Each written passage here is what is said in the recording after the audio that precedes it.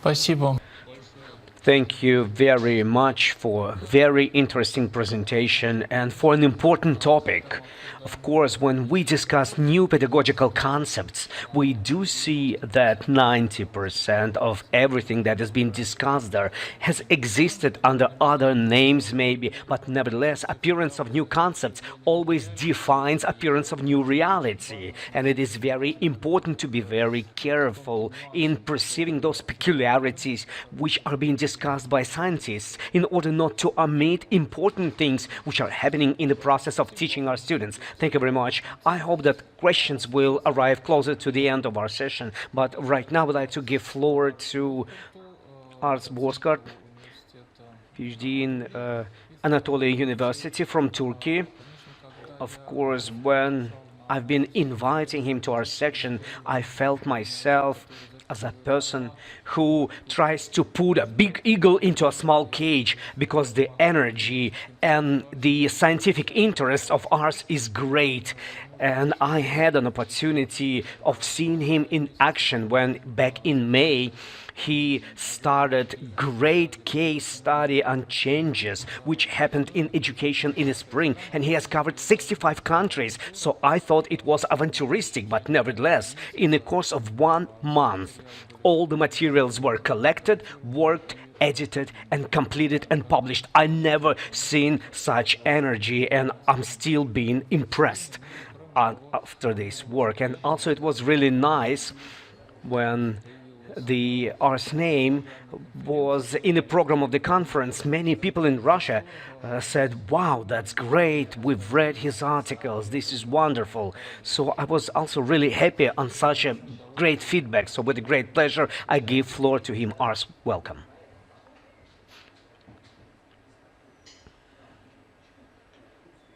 Okay, you can reflect my presentation.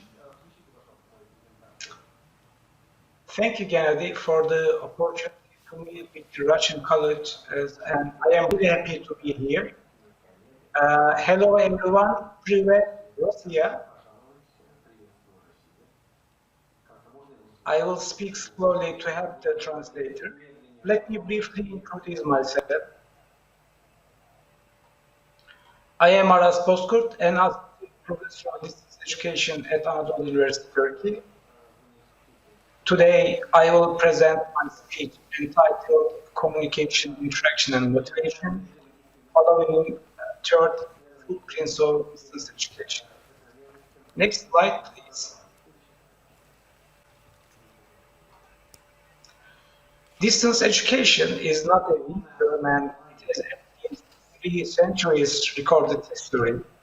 During the COVID-19 pandemic, we swiftly moved to online distance education.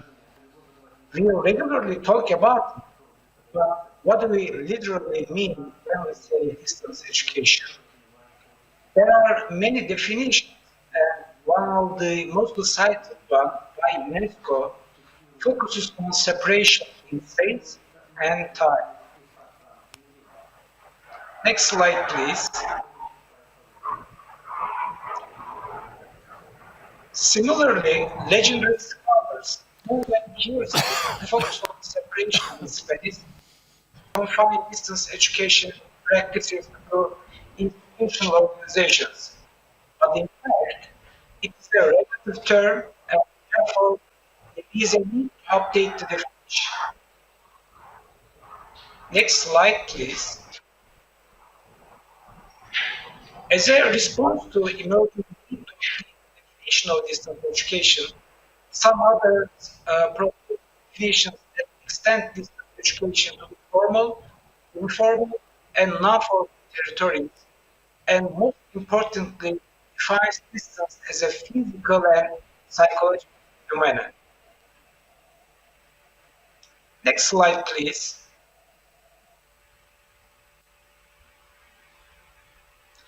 In fact, the focus of transsexual distance is not a trending hot issue, but already articulated around 3 decades ago.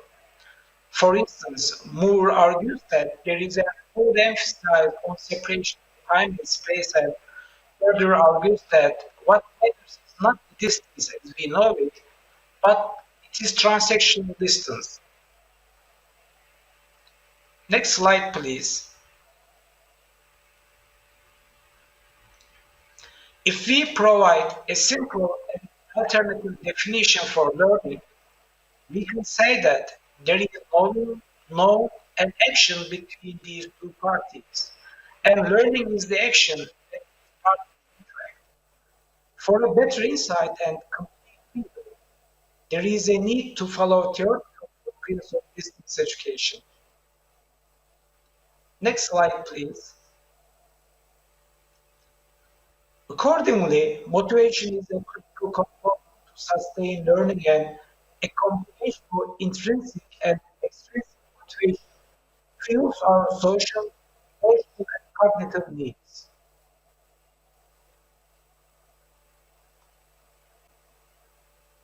Next slide, please.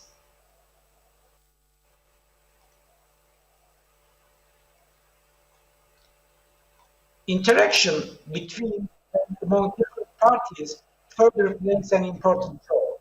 Interaction is maybe first and uttermost requirement to create a learning ecology. We need interaction to spark learning. Next slide, please.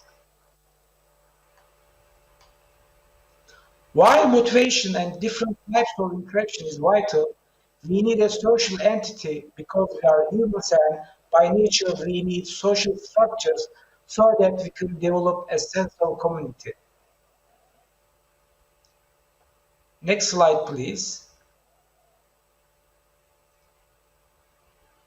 These communities are necessary as we need to learn from each other, learn by experience, and move from peripheral to core of the community to shine and blade our knowledge.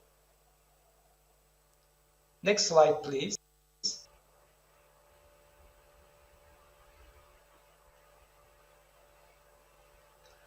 But if we need a meaningful learning experience, we need teaching, cognitive and emotional presences, because learning is a complex process and we have to provide a right mix. Next slide, please.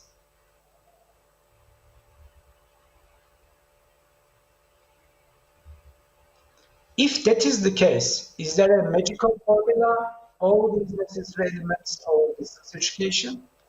Unfortunately, there is no single formula, no single technology, no single strategy, and no single theory.